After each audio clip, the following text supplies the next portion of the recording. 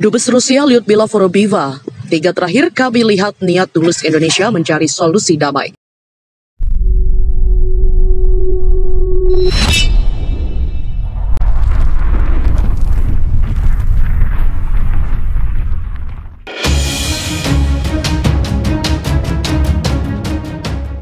Presiden Joko Widodo sebagai pemegang presidensi G20 telah mengundang Presiden Rusia Vladimir Putin dan juga Presiden Ukraina Volodymyr Zelensky untuk hadir dalam perhelatan ke KTT G20 di Bali November mendatang.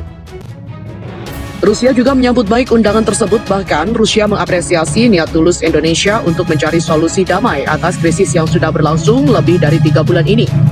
Kami sangat menghargai posisi Indonesia yang berimbang, kata Dubes Lyudmila Georgievna Vorobieva. Berikut ini adalah petikannya dalam wawancara bersama jurnalis Kompas TV Friska Clariza. Presiden Joko Widodo sebagai pemegang presidensi G20 telah berkomunikasi dengan Presiden Rusia Vladimir Putin.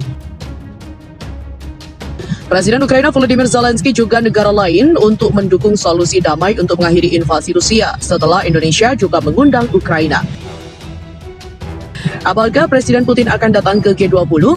Kami sangat menghargai posisi Indonesia yang berimbang. Kami juga melihat niat tulus dari pihak Indonesia untuk mencari solusi damai atas krisis ini.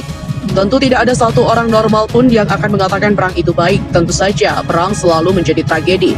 Jadi kami menghargai posisi berimbang Indonesia, dan Indonesia sebagai ketua G20 tentu berhak mengundang siapapun yang mereka anggap perlu ke KTT G20. Undangan untuk Presiden Putin juga telah dikeluarkan oleh Presiden Joko Widodo. Lalu bagaimana reaksi Presiden Putin? Kami menerima informasi awal dari Presiden bahwa dia memiliki niat untuk menghadiri G20 di Bali. Tetapi masih ada waktu 5 bulan lagi sebelum KTT diselenggarakan, dan tentu saja tergantung bagaimana situasinya berkembang. Ukraina juga siap bertemu Putin akhiri perang. Presiden Ukraina Volodymyr Zelensky mengatakan Presiden Putin adalah satu-satunya pejabat Rusia yang bersedia ia temui untuk mendiskusikan upaya mengakhiri perang.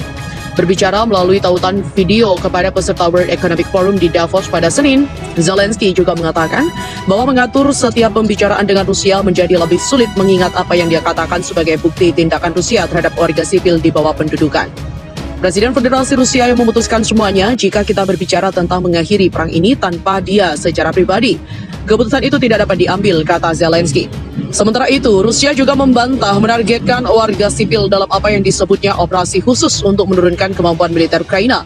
Zelensky juga mengatakan penemuan pembunuhan massal di daerah-daerah yang diduduki oleh pasukan Rusia pada awal perang, khususnya di luar Kiev, membuat lebih sulit untuk mengatur pembicaraan, dan dia akan mengesampingkan diskusi dengan pejabat lain. Saya tak bisa menerima pertemuan apapun dengan siapapun yang datang dari Federasi Rusia selain Presiden, dan hanya dalam kasus ketika ada satu isu yang jelas menghentikan perang, tidak ada alasan untuk pertemuan lain. Di mana perundingan Rusia dan Ukraina juga telah mengadakan pembicaraan sejak pasukan Rusia menyerbu Ukraina pada akhir Februari, tetapi kedua belah pihak mengatakan pembicaraan berhenti. Zelensky mengatakan kepada televisi Ukraina pekan lalu bahwa tidak mungkin menghentikan perang tanpa melibatkan semacam diplomasi. Dalam sambutannya kepada hadirin di Davos, Zelensky juga mengatakan bahwa perang harus dibayar mahal dengan banyak nyawa di pihak Ukraina. Pasukan negara itu juga menunjukkan kemajuan, terutama di dekat kota kedua Kharkiv, tetapi situasi paling berdarah tetap ada di Donbas, di mana Ukraina kehilangan terlalu banyak orang.